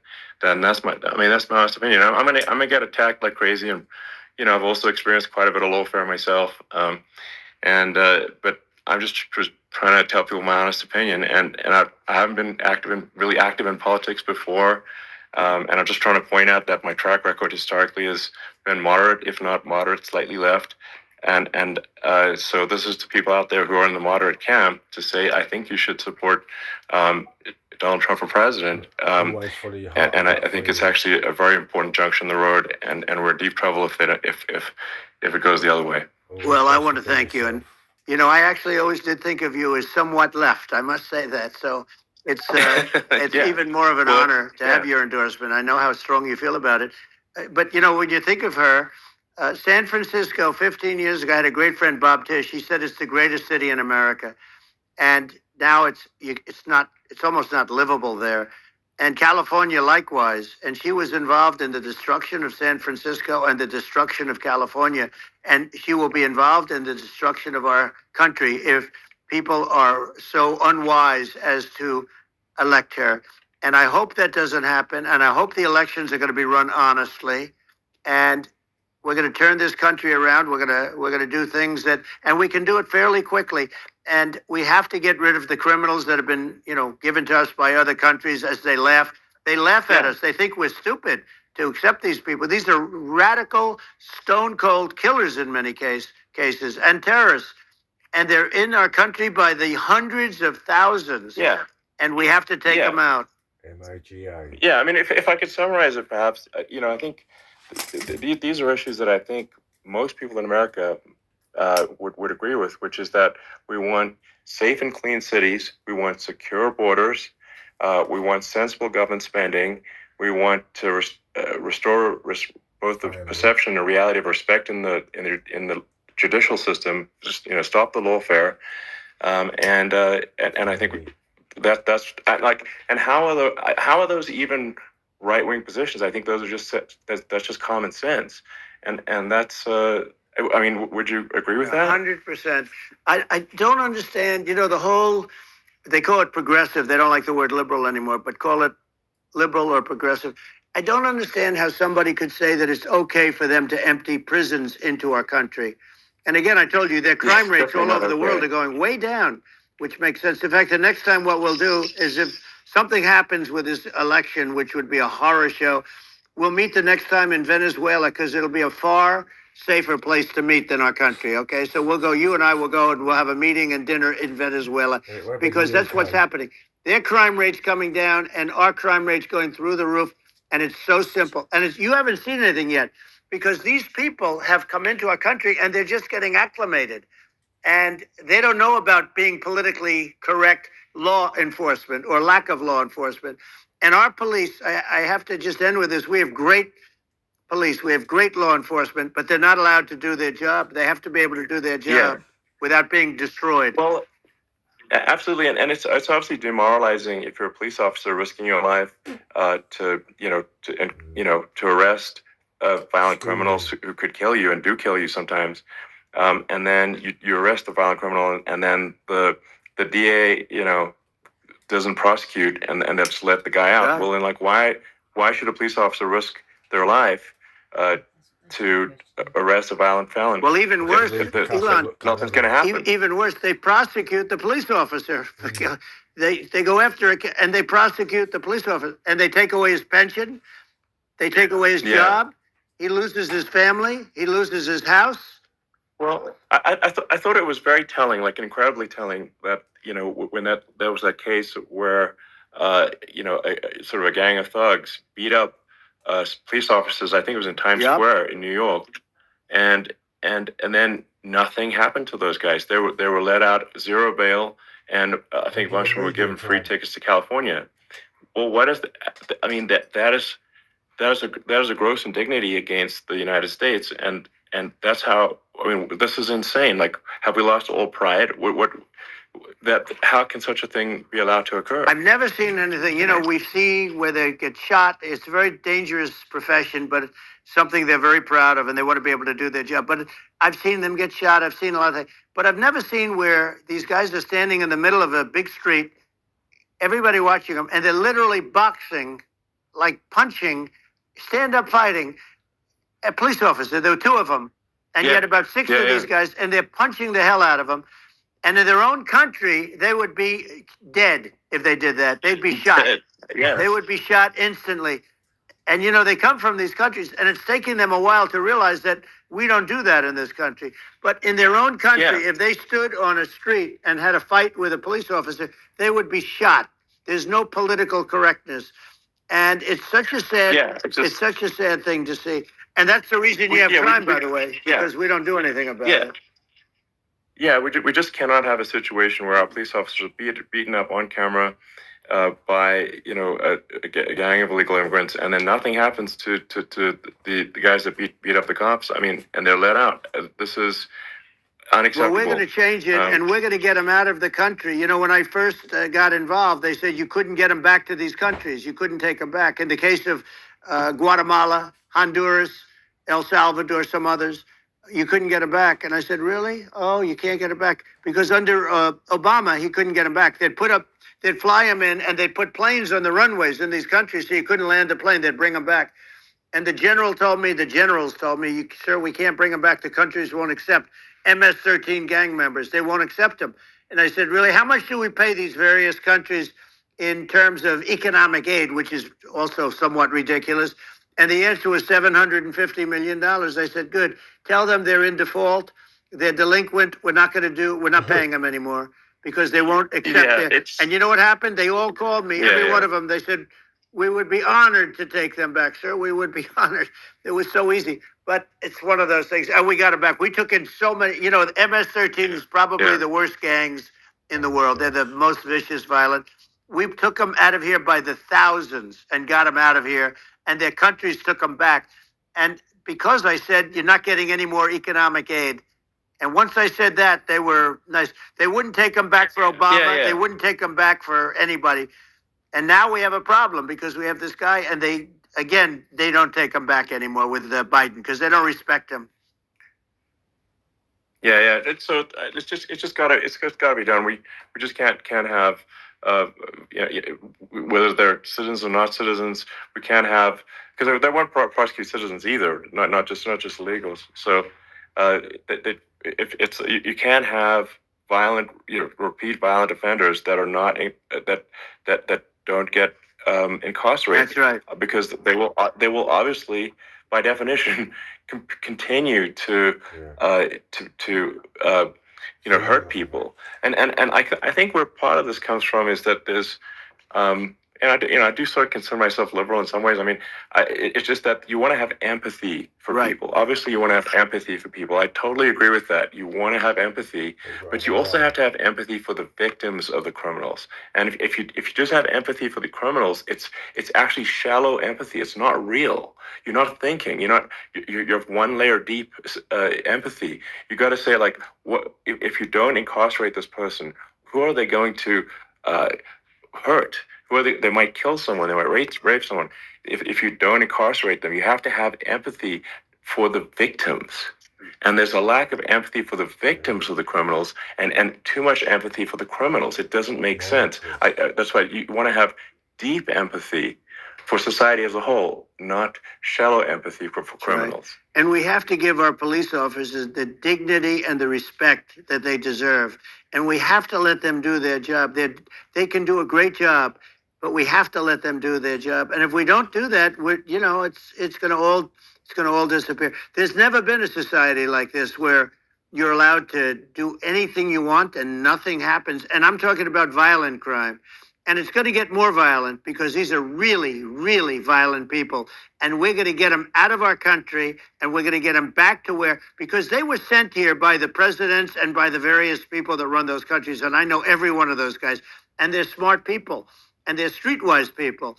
And they really think that the USA is stupid. They think we're run by stupid people, and they happen to be right. But when I was there, we had no problem. We got them out. We took out thousands of MS-13 gang members. We brought them back. And now, again, it's the same old story. We don't do it. And they actually gave them a big increase in aid. They raised it up to billions of dollars, and they get nothing for it. So, I hope everybody's going to vote for Trump, and we're going to get this country straight. Yeah. And I didn't need this. I didn't need this. I had a very nice life. I didn't need to go through court systems and go through all the other stuff and run at the same time. I have to run. I have to go through fake trials with, in some cases, corrupt judges, totally corrupt judges. I didn't need it. I had a nice life. I have great locations. I have beautiful oceans that I have places. But I felt it was important. And if I had to do it over again, you probably think I'm crazy for doing it, actually. But if I had to do it over again, I would have done it over again, because this is so much more important than me or my life. We're going to save this country. This country is going down. And these people are bad people that we're running against, and they're liars. They make statements. They do things that are so bad. They say they're going to make a strong border. They say they've been great on the border, and they've been the worst in history. They say they're going to stop crime. Right? The facts speak for themselves. It's so incredible. Speak for themselves. Like it's got to the point where people just don't even bother reporting crime in a lot of cities, because they know nothing is going to happen. That's what I hear anecdotally from people all the time.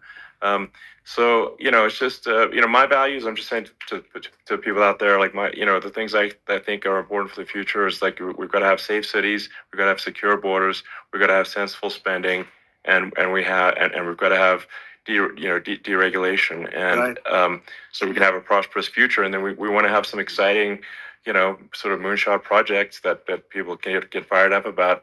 And that's the future I'm looking for. And I'm pro environment, but I'm not against. I'm not like, I don't think we should vilify the oil and gas industry, because they're keeping civilization going right now. And but I do think we want to move, at a reasonable speed towards a sustainable energy economy. Those are my values, and I think, and so I mean that's why I'm supporting you for president. Well, so. I appreciate it. We're going to give incentive to companies to come into our country, not to leave our country. We're going to be giving tremendous incentives. We want companies to build here, not to build in other locations. And we want to create jobs. And again, it's about the American dream. You don't hear about the American dream anymore, Elon. You don't hear, you're the American dream in the truest sense, but you don't hear about the American dream anymore. And you're going to hear about it. People, they need that incentive to go out and do it. And they're going to love their lives. I mean, they're going to look forward to getting up in the morning and going to a job that they love, not a job that they can't stand, or not any job at all where they have no money, where they literally have no money, and then they end up with violence and lots of other problems. No, we're going to do some great things. And I learned a lot in the first. We had a great economy and all of that. We rebuilt the military. We did so much, but I also learned the best people. I learned the good people, the smart people, the dumb people, the people that can do things. The people, you learn. When I first came in, I tell people I was in Washington, D.C. only 17 times, according to the fake news media. I was in 17 times. I never stayed over. And you don't know people. You rely on other people to give you names, and then you realize the people you relied on weren't so good. Now, we had great people, but we also had some where I wouldn't have, used them had I known. Now I know everybody. And I think we're going to really turn things around fast. We have no choice. Otherwise, we're not going to have a country. And I really appreciate this. To me, it's been a lot of fun being with you. You're an amazing guy. You've done an incredible job and a great inspiration to people, a great inspiration. And I hope you keep going and just continue to do well. And we're going to have a big election coming up. And I think November 5th will be the most important day in the history of our country. I think that election will be the most important election. And I think it'll end up being maybe the most important day in the history of our country, because if we don't win, I just feel so sorry for everybody. No, I think we're at a fork in the road of destiny of civilization, and I think we need to take the right path, and I think you're the right path. So I think that's what it comes down to. Thank you very much, Elon. It's a great honor, and we'll do it again sometime. And it's been really fun, and I hope you got a lot of viewers. I hear you got a lot, but I hope you got a lot. I know you got a lot of them. So I appreciate it. I'll see you soon. All right, sounds good. Thank you. Thank you, Elon. Thank you very much. Bye.